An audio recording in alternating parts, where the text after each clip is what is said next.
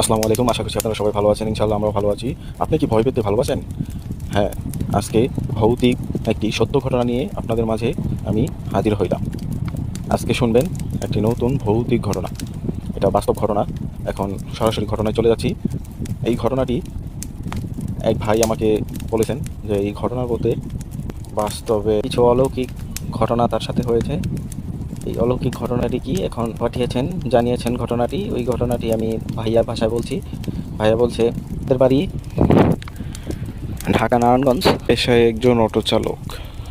আমি সারাদিন অটো চালিয়ে সন্ধ্যা হয় ওই টাইমে একটা মোড়ে বসেছিলাম। তো অপেক্ষা করতে করতে গ্রাহক এসেছে। আসার পরে উনি বলছে যে, ভাইয়া আমার একটু সামনে ওই গ্রামটাতে নিয়ে যান। আমি বললাম যে, ভাই আমি তো এখন তো অনেক রাত হয়ে গেছে, গাড়িতে চার্জও কম, তো আমি তো নিয়ে যেতে পারবো কিন্তু ফেরত আসতে পারবো না, আমার গাড়িতে খুব চার্জ কম।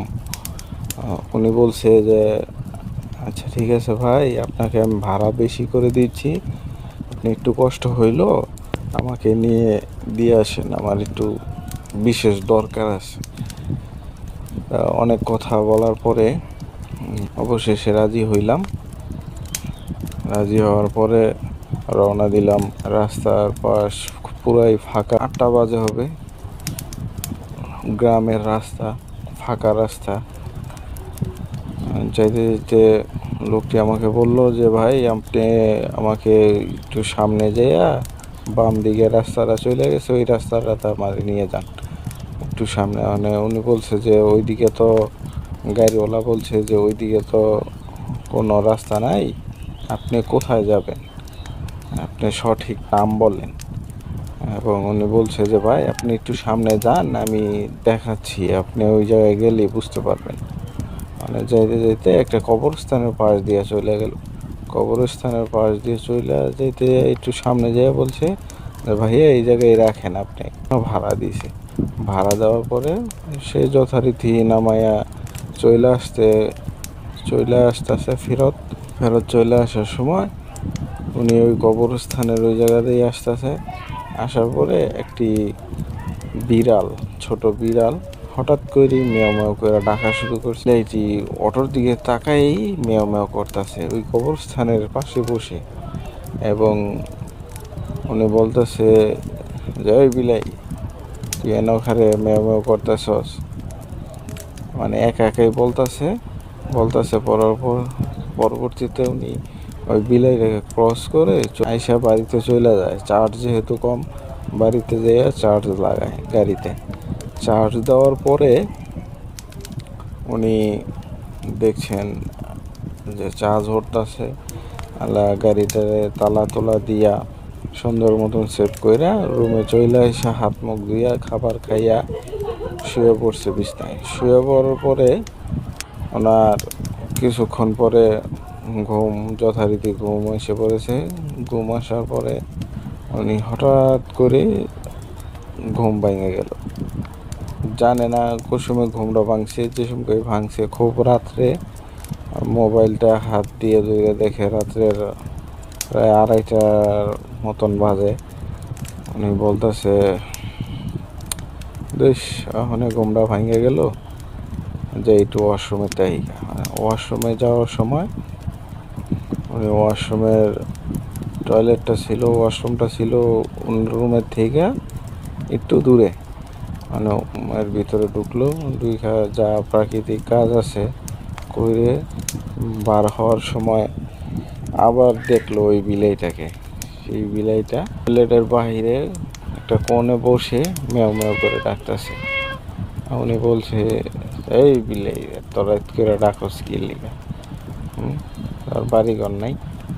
বিলেইরে বলতেছে আর কি, যে বাড়িঘর নাই, হ্যাঁ এত ডাকাডাকি করস কে বিলে। তারপর তো উনি রুমের দিকে চলে আসতেছে, ওই সময় বিলেও পিছে পিছে মেও মেও করতে করতে আইতেছে।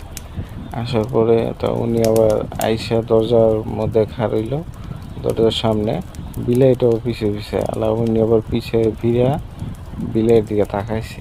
তাকানোর পরে আবার বিলাইটাও চুপ করে ওই জায়গায় বসলো। বসার পরে বিলাইটা বিলের দিকে সে করতে থাক, আমি ঘুমাই দে ফোনের কথা বইলা দরজাটা দিয়া ঘুমায় গেছে। ঘুমানোর জন্য ভিতরে ঢুকলো। ঢুকার পরে বাইরে থেকে ডাকতেই আসে, বললো যে হয়তো বিলাইটা ঘরে আইতেছে ঘরে নিয়ে আসি। ওখানে গিয়ে দরজাটা খোলার সাথে সাথেই বিলাইটা দৌড় মাইরা ঘরের ভিতরে ঢুকে পড়ছে। ঢুকে পড়ার পরে উনি আবার করছে ঠিক আছে, ঘরে যখন ঢুকছে তাও করেই হয়তো বাইরে টলাইতেছে আলা। উনি আবার দরজাটা দিয়ে শুয়ে পড়লেন। শুয়ে পড়ার পরে উনি কিছুক্ষণ পরে লক্ষ্য করে বিলাইটা কেমন জানি শো শো শব্দ করতেছে, মানে একজন যেমন কেউ যদি গ্যাঙ্গানির ঘুমাইলে গ্যাঙ্গায় শব্দ করে, একটা গুমরো মুখ হইয়া শব্দ করে, এরকম শব্দ করতেছে। মানে উঠা মোবাইলের লাইটটা জ্বালাইয়া বিলাইয়ের দিকে মারছে। আলোটা যখনই বিলাইয়ের দিকে মারছে দেখে বিলাইয়ের মুখের মধ্যে রক্ত, হ্যাঁ, লাল লাল রক্ত। দেখে তো উনি খুব ভয় পেয়ে গেছে। ভয় পাওয়ার পরে তখন উনি আবার বিলাইটাকে বলছে হাই বিলাই, এমন করছে। পরে তারপর বিলাইটা আবার ওনার দিকে তাকাইছে, তাকাই আবার মেয়াও মেয়াও, যেন বিলাই কি জানি কইতে চাইতেছে। মানে উনি আবার ভাবলো যে হয়তো ঘরে ইঁদুর মিদুর আছে, ইঁদুর হয়তো বিলাই দই খাইছে, তার জন্য তার মুখের মধ্যে রক্ত যায়।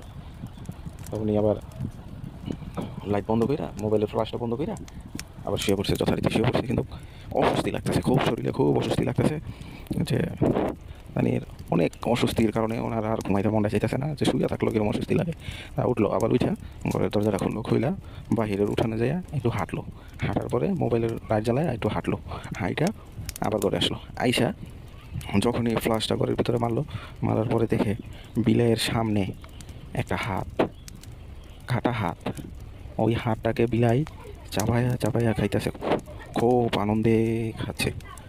উনি তো দেখা যেরকম ওনার শরীরে যেমন বিদ্যুৎ বিদ্যুতের গতিতে উনি উঠে পড়ছে, বিদ্যুতের গতিতে কাঁপুনি, শরীরে এরকম কাঁপুনি দিয়ে উঠলো।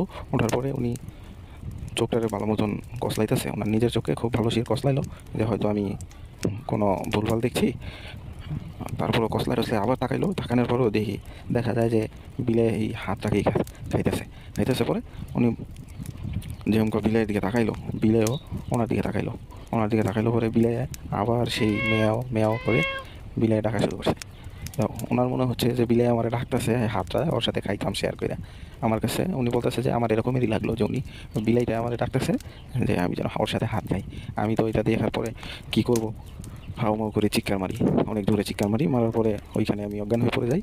পড়ে যাওয়ার পরে আমার আর কিছু মনে নেই। যে সময় আমার হুঁশ আসে ওই সময় আমি দেখি ঘরের ভিতরে আমার মা, আমার বোন, আমার বাবা সবাই খাটের পাশে বসে আমার মাথার মধ্যে জলপট্টি দিতেছে। আমার গায়ে খুব জ্বর হয়েছে পড়ছিল।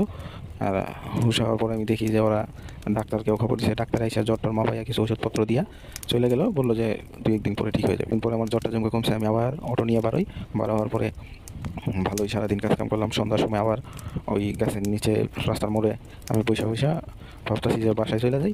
আবার ওই লোকটা আমাকে ওই জায়গায় নামাই দিতে বলছিল, ওই প্যাসেঞ্জারটাই আবার আমার কাছে আসার পরে বলতেছে ভাই আপনি যে ওই দিনকে আমার ওই জায়গায় নামাই দিয়েছিলেন ওই জায়গায় আবার নিয়ে দিয়ে আসেন না। তো উনি আবার বললো যে ভাই আপনার ওই জায়গায় আমি যাবো না, আমার শরীরটা খুব খারাপ, আমার যাওয়া সম্ভব না। তারপরে উনি এরকম আবার রিকোয়েস্ট করা শুরু করলেন। ওই দিনকে ঠিক আছে আবার বাধ্য হইয়া আবার নিয়ে গেলেন। নিয়ে যাওয়ার পরে ওই কবরস্থানের পরে আবার যখন চাইতেছে ওই সময় আবার দেখলো সেম ওই বিলাইটা আবার ওই রকমভাবেই ডাকতেছে। ডাকার পরে আবার উনি আর ওই দিনটা কোনো উত্তর দেয়নি, চালু করে গাড়ি টাইনা আইসা বললো বাসায়। আসার পরে গাড়ি গ্যারেজ কইরা সুন্দর করে হাত মুখ ধুইয়া গায়ে গোসল করছে। ওই দিনকার পরে গায়ে গোসল কইরা খাওয়া দাওয়া করছে। খাবারের পরে তারপর আবার রুমের ভিতর যখন শুতে গেছে, তারপর আবার অনেক ধরনের চিন্তা মাথার মধ্যে আসতেছে যে আবার কি ওই দিনকার মতন ওই রকমের হবে কিনা। মনে মনে শুয়ে অনেক ধরনের ভাবনা চিন্তায় মুশকুল হয়ে গেল এবং কি ভাবতে চোখে ঘুম চলে আসলো। ঘুম আসার পরে আবার সেম আর আগে যে রকমের হয়েছিল ওই রকম আবার সেম ওই রকমের শুরু হলো। রাত্রে বিলাই ডাকতেছে, ডাকার পরে দরজার সামনে গিয়ে শুনে যে দরজার বাইরে থেকে বিলাই আবার মেমো করে ডাকতেছে। ডাকার পরে তখন সে আবার মনে মনে ভাবলো যে না আজকে আর বাইরে যাব না, প্রস্রাব করতে বাইরে যাব না, যাই নিয়ে শুয়ে থাকি। তো ও আর ডাকে সাড়া না দিয়ে শুয়ে রইল পরে স্বপ্নের মধ্যে দেখতেছে যে ওই বিলাইটা এসে বলতেছে যে তুই কেন আজকে আমার সাথে কথা বললি না, আমি এত ডাকলাম তুই ডাকের উত্তর দিলি না কেন, এবং কি বলতেছে যে আমি বাহিরে কতক্ষণ ধরে তোরে ডাকলাম তুই শুনলি না, আমি তোর প্রতি অনেক রাগ হয়ে গেছি, এর শাস্তি তুই পাবি। তুই শাস্তির জন্য প্রস্তুত হয়ে যা। ভয় পাইয়া ঘুমে থেকে ওঠার পরে দেখে সকাল হয়ে গেছে। মানে সকাল হয়ে যাওয়ার পরে ওই দিনকে আর সে কাজে যায়নি। কাজে না যাওয়াতে সারাদিন সারাদিন বাসায় থেকে আবিজাবি মাথার মধ্যে ওই চিন্তা যে কী হইলো, স্বপ্নটা কি সত্য হবে নাকি কি। তখনও কিন্তু বাড়িতে কাউকে কিছু সে বলে নাই, এবং কি না বলার কারণে সে নিজেই চিন্তা ভাবনা করে চিন্তা যে কী হইতেছে আমার সাথে, এটা কি সত্যি বাস্তব নাকি শুধু কল্পনাই। তারপর আবার রাত হলো, রাত হওয়ার পরে তারপর আবার দিনকা স্বাভাবিক, কোনো কিছু শুনতে পায়নি, কোনো কিছু না। টয়লেটে যাওয়ার জন্য উঠছে, ওঠার পরে টয়লেটের জন্য বাইরে যাবে, এই টাইমেই দেখে বিলাই। ওই দিনকা বিলাই কোনো ডাক টুক দেয়নি, কিন্তু বিলাই বসে রয়েছে। বসে থাকার কারণে ওই খুব ভয় পাইছে। ভয় পাইয়া বিলাই দেবো ওই নিজেই বলতেছে যে তুই এনতে চলে যা, তুই তোর আমি কি ক্ষতি করছি, তুই আমার সাথে খালি এরকম কেন করতেছস, আমার পিছিয়ে পিছিয়ে কেন আইতেছস, আমার কি লিগে জ্বালা যন্ত্রণা করতেছস। তখন সেই বিলাই একটু দূরে গেল, দূরে যাওয়ার পরে একটা গাছের মধ্যে ওইটা বললো ফাল মাইরা, গাছের থেকে ওইটা গাছটা খুব জোরে নাড়া শুরু করছে। নাইরা নাইরা ওই জায়গা থেকে চিকন সরে বলতাছে যে তোর আমার ভালো লাগছে, তার কারণে তোর কাছে আইছি, আর তুই আমার খেদাই দিতেছস। হ্যাঁ, তোরে কিন্তু আমি শাস্তি দিব, তুই এখনও চিনস নাই আমি কে, তবে কিন্তু আমি কঠিন শাস্তি দিব।